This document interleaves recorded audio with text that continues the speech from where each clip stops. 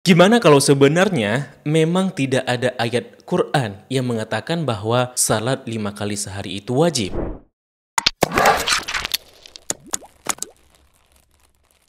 Assalamualaikum warahmatullahi wabarakatuh. Selamat datang kembali di channel Rabbanians ID bersama saya Zulfan Afdillah. Setelah video kemarin kita membahas Adi Armando, ya kemudian ada teman-teman yang meminta saya untuk memberikan penjelasan atau jawaban dari syubhat yang juga disampaikan oleh Adi Armando mengenai tidak adanya perintah salat 5 waktu dalam Al-Quran. Nah teman-teman, saya tidak yakin apakah yang dimaksud Adi di sini berarti tidak wajib salat 5 waktu 5 kali sehari karena tidak disebutkan dalam Al-Quran secara eksplisit, atau hanya sebatas pernyataan aja seperti itu. Dalam artian, pada dasarnya sah-sah saja ya kita mengatakan tidak ada perintah salat 5 waktu 5 kali sehari dalam Al-Quran secara eksplisit. Dan itu memang seperti itu faktanya. Yang jadi masalah adalah kalimat berikutnya, kesimpulannya. Jadi terus kenapa ya jika dalam Al-Quran tidak disebutkan secara eksplisit mewajibkan salat 5 kali sehari, 5 waktu seperti itu? Apakah dengan begitu menganggap jika salat 5 waktu itu tidak wajib? Atau menganggap salat 5 waktu itu buatan para ulama seperti itu? Atau apa kan gitu? Itu yang jadi titik kontroversialnya, yang jadi titik permasalahannya di situ. Dan statement begini juga sering digunakan oleh oknum-oknum non-muslim untuk menyudutkan umat Islam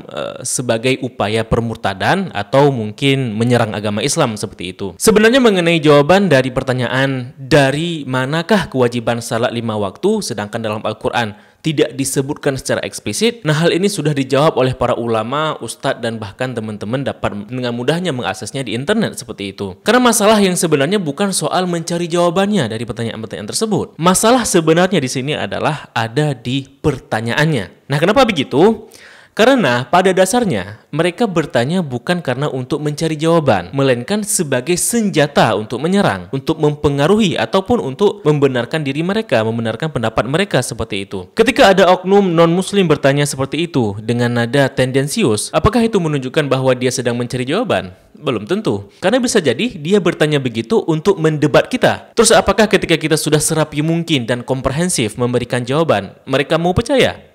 Ya, pasti tidak. Karena dia bertanya bukan untuk mencari tahu. Dia bertanya untuk menyerang, untuk mempengaruhi kita, untuk berdebat dengan kita seperti itu.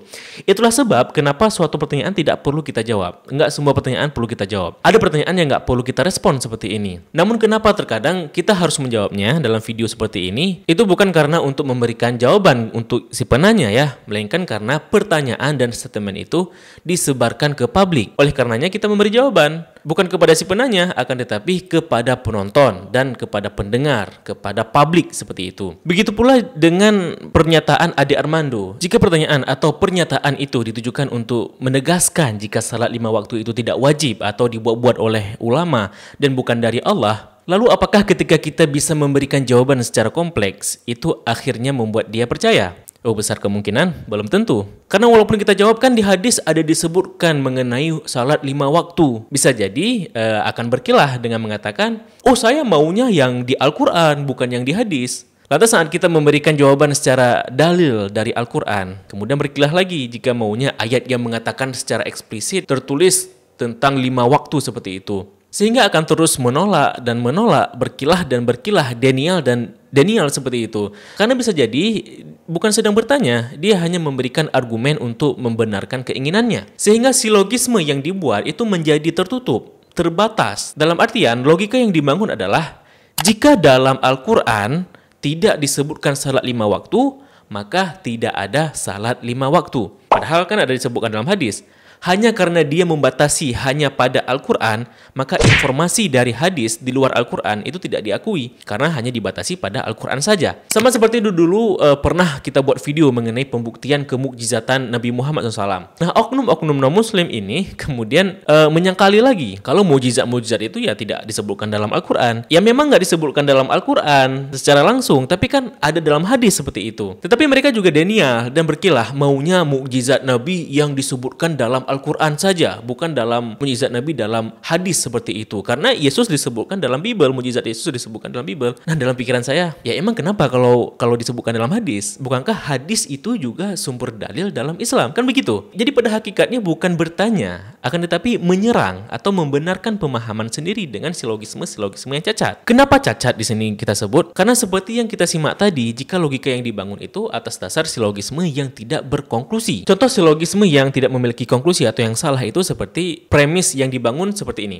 Semua siswa tidak memiliki KTP. Itu premis mayornya. Kemudian premis minornya, Budi bukan siswa, maka Budi punya KTP. Nah, ini silogisme yang salah karena belum tentu Budi punya KTP, walaupun dia bukan lagi seorang siswa seperti itu. Oleh karenanya, perlu digarisbawahi jika video ini dibuat bukan untuk menjawab Ade Armando atau siapapun itu yang tidak membutuhkan jawabannya. Video ini dibuat karena ada permintaan dari Instagram maupun di kolom komentar di YouTube, sehingga video ini lebih cocok buat siapa saja yang ingin tahu seperti itu. Jadi jangan nanti ada yang protes, "Oh, Anda tidak memahami maksud Ade Armando," seperti itu, atau yang serupa dengan itu ya.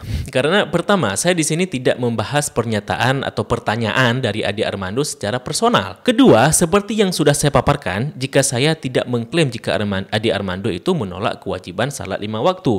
Kita kan hanya berandai-andai seperti itu. Nah, video ini dibuat karena teman-teman menanyakan soal salat 5 waktu dalam Al-Quran yang kebetulan pertanyaannya muncul karena statement yang diungkapkan oleh Ade Armando seperti itu. Itu korelasinya. Nah, teman-teman, topik yang akan kita bahas di sini bukan soal membuktikan adanya perintah salat 5 waktu secara legal ya, akan tetapi juga soal memahami fungsi Al-Quran dan hadis. Sekaligus secara tidak langsung menjadi jawaban untuk pertanyaan kenapa Al-Quran perlu hadis. Kayak kalau ada Al-Quran kenapa ada hadis lagi seperti itu. Namun sebelum kita membahas lebih lanjut, izinkan saya mengucapkan terima kasih terlebih dahulu buat penonton kami yang sudah mendukung channel ini secara moral dan materi via website kitabisa.com. Terima kasih atas antusiasnya dan apresiasinya.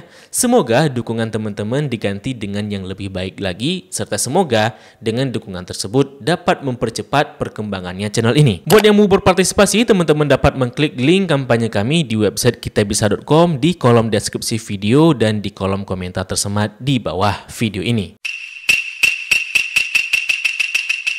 Dalam agama Islam, teman-teman, sumber rujukan mengenai agama, khususnya hukum, itu terbagi kepada dua. Pertama disebut dengan sumber primer dan kedua disebut dengan sumber sekunder. Nah, sumber primer artinya sumber rujukan utama dan sifatnya absolut. Sedangkan yang sekunder merupakan sumber rujukan secondary. Dalam artian, andaikan ada perihal yang tidak dibahas dalam sumber primer, maka kita merujuk sumber sekunder seperti itu. Terus, apa itu sumber primer? Nah, sumber primer terbagi kepada dua, yakni Al-Quran dan hadis. Nah, sumber-sumber hukum atau dalil yang berasal dari Al-Quran itu statusnya qat'i atau absolut. Dalam artian tidak ada bantahan dan tidak ditolak. Nah, kalau ada hal-hal yang tidak disebutkan dalam Al-Quran, maka akan dirujuk ke dalam hadis-hadis Nabi. Nah, hadis-hadis Nabi dibagi kepada dua. Ada yang mutawatir dan ada yang ahad. Nah, hadis yang mutawatir itu sudah pasti statusnya sahih. Sehingga semua hadis-hadis mutawatir disebut dengan qat'i atau absolut. Dalam artian tidak boleh ditolak seperti itu. Sebaliknya di hadis ahad. Karena hadis ahad itu statusnya ada yang hasan, ada yang dhaif, ada yang mungkar, matruk, dan lain sebagainya. Sehingga status hadis ahad ini sifatnya dhanni atau relatif. Yakni tergantung